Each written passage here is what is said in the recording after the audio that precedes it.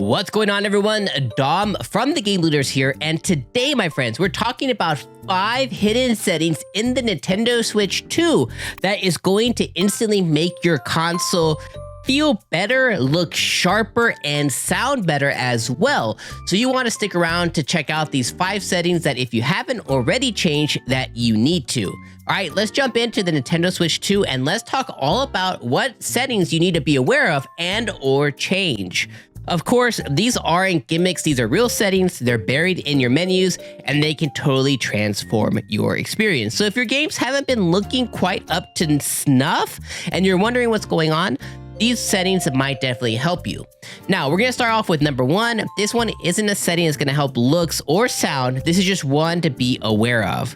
So the first setting is we want to head into the settings and we're going to mess with and or change the match TV power state. So this one here is match TV power state. So when you flip this specific setting on, your Nintendo Switch 2 is going to automatically power on your TV and it's going to switch to the correct HDMI input the moment you turn your console on. So no more digging for the remote, no more flipping through inputs like your speedrunning TV settings. Instead, you're gonna hit power and you're right into the right input and you're into gaming. So this is a really cool feature. Again, it's called Match TV Power State that is in the settings that allows you to instantly jump into Mario Kart or whatever game you're playing. The second setting, this one here is the ALLM setting or Auto Low Latency mode. Basically, this is game mode magic. This auto latency mode is something that you're definitely going to want to make sure is clicked on. This is Nintendo's version of game mode and it tells your TV, hey, it's time to game, cut the lag, because you want to ensure that there's no input lag when you are gaming. Most TVs will switch to auto low lag mode automatically when this is enabled, so it makes control feel more responsive and gameplay more immediate. So you should be clicked on by default, but in case it isn't, make sure it's clicked on, because when you're playing games like Splatoon 3 or Metroid, you want to make sure that you always have this on.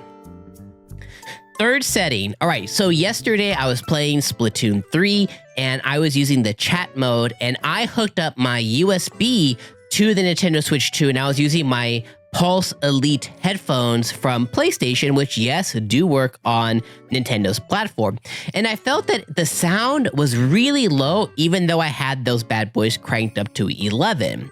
So in the Bluetooth audio settings, you want to unlock full volume. So go into the audio settings and turn off the setting called lower maximum headphone volume. This specific setting, if toggled on, which it is by default, is going to make your Bluetooth headphones sound really low. So if you actually connect them and you're wondering like, why can't I actually hear anything? It's because this setting is clicked on. Now it's meant to protect your ears to ensure you don't blast them up. But if you have good quality headphones, it can actually throttle your sound all the way down big time. So turn it off and your late night Mario Kart races or your Splatoon 3 Splatfest are going to have a lot crispier sound and they're going to sound a lot better. So make this change ASAP. Setting number 4. We're going to start talking about your display settings. So head into display settings in your Nintendo Switch 2, and we're going to go down and click the RGB setting. So again, we're going to head into our display setting and we're going to scroll to RGB range. What we want to do is we want to change the RGB range from automatic to full. So if your TV supports full RGB, which most do now, this will unlock deeper blacks and punchier highlights, basically making your image look crispier and more vibrant. It makes a huge difference in contrast-heavy games or darker scenes. I found this out while playing Guardians of Ozma, and I couldn't understand why in a certain, not cave, but in a specific area, I could not see anything. I was like, why is this so dark? So this is a big setting to change. If you have an OLED or especially if a QLED, this is going to make a huge different. So if you're unsure if your TV supports it, of course, go Google your model and validate if it does. If it doesn't, no stress, stick to limited, but if it does, change it to full and you're going to see a fuller, better picture.